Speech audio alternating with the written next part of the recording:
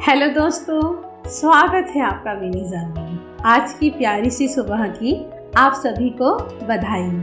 और मैं उम्मीद करती हूँ आज हम में से अधिकतर लोग आज के अवकाश को अपने परिवार के साथ बिता रहे होंगे। दोस्तों, आज हमारी कहानियों के सिलसिले का छठा दिन है और आप स्वयं देखिएगा कुछ ही दिनों बाद से आपको हर सुबह 8 बजे बेसब्री से हमारे कहानियों का इंतजार रहेगा।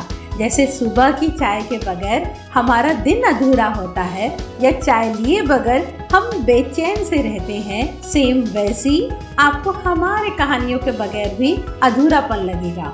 दोस्तों, आज की कहानी को शुरू करने के पहले एक महत्वपूर्ण बात आप सभी को जानकारी होगी। हमारे चैनल विनीजा में हम हर सुबह 8 बजे एक मार्मिक कहानी सुनाते हैं और हर रविवार सुबह 9 बजे रोज से थोड़ी बड़ी 20 से 30 मिनट की बहुत ही मनभावन कहानी आपको मिलेगी। तो अभी से थोड़ी देर बाद ठीक 9 बजे हमारी आज की पहली कहानी को सुनना ना भूलें। सुनने के बाद आज की कहानी आपके हृदय में अमिट छाप छोड़ जाएगी। जैसे टैटू कराने के बाद वो हमारे शरीर में हमेशा के लिए प्रिंट हो जाता है, ठीक वैसी आज की पहली कहानी आपके मन मस्तिष्क में हमेशा के लिए अंकित हो जाएगी। तो बने रहिए विनीजा के साथ। तो चलिए शुरू करते हैं। आज की कहानी महिलाओं के समर्पण भावना को लेके है। किस तरह एक महिला अपना पूरा जीवन परिवार की सेवा में लगा देती है। शीर्षक है आज की कहानी का मेरा काम तेरा काम। रंजीत एक शाम ऑफिस के सारे काम निपटाकर घर पहुंचा तो उसने पाया कि बाहर का दरवाजा खुला हुआ था। 6 साल का बेटा बगीचे में मिट्टी से लथपथ था। उसने उसे झिड़का और पूछा कि मम्मी कहाँ है। बेटे ने जवाब दिया, अपने कमरे में, और फिर से खेल में मगन हो गया। जब वह भीतर पहुंचा तो घर का नजारा बदला हुआ था। छोटी बेटी कुर्सियों के ऊपर से कूद रही थी, कालीन उलट पुलट था और टेबल भी उल्टा पड़ा था। पर्दे अस्त व्यस्त थे। तभी उसे रसोई से कुछ गिरने की आवाज आई। उसने एक बिल्ली को वहां से निकलकर तीव्र गति से भागते देखा। किचन में फ्रिज का दरवाजा खुला था और नीचे दूध गिरा पड़ा था। रोटियों का डिब्बा औंधा पड़ा था। सिंक में जूठे बर्तन भरे थे। यह सब देखकर उसका दिमाग गर्म होने लगा। उसे अपनी बीवी पर गुस्सा आ रहा था। अचानक तेजी से चीखने की आवाज आई। उसने दौड़कर देखा तो लिविंग रूम में टीवी चल रहा था, जिसमें कोई अभिनेत्री लुटेरे को देखकर चिल्ला रही थी। टीवी देखने वाला कोई नहीं था।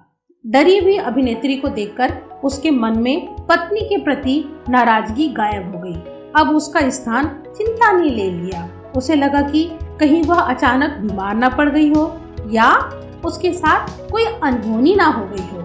वह तेजी से ऊपर अपने बेडरूम की तरफ भागा। सीढ़ियों पर बच्चों के खिलौने पड़े हुए थे। पूरे घर में धूल का राज था। वह दौड़ता भागता कमरे में पहुंचा। बीवी वहां नहीं थी। बाथरूम का दरवाजा खुला हुआ था और नल भी चालू था। वहां गंदे कपड़े फैले हुए थे। कमरे में बिस्तर भी अस्त व्यस्त था। चादर इधर उधर पड़े हुए थे। अब तो पत्नी को लेकर उसकी आशंका और भी गहराने लगी। वह आवाज लगाते हुए एक कमरे से दूसरे कमरे की ओर लगातार भागता रहा और उसे तलाशने लगा। आखिरकार गेस्ट रूम में वह उसे मिली।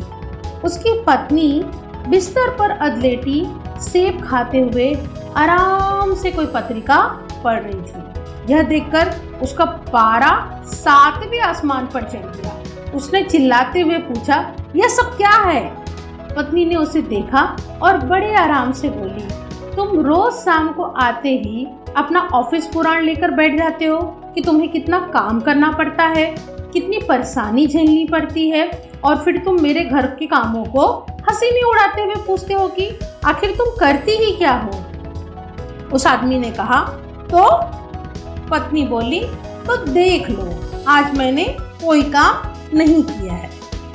दोस्तों, जिन कामों के बदले में पैसे नहीं मिलते वे भी बराबर के महत्वपूर्ण हो सकते हैं। एक महिला अपना पूरा जीवन परिवार की सेवा में लगा देती है बिना एक दिन छुट्टी लिए, और आखिर में उसे क्या लेबल मिलता है?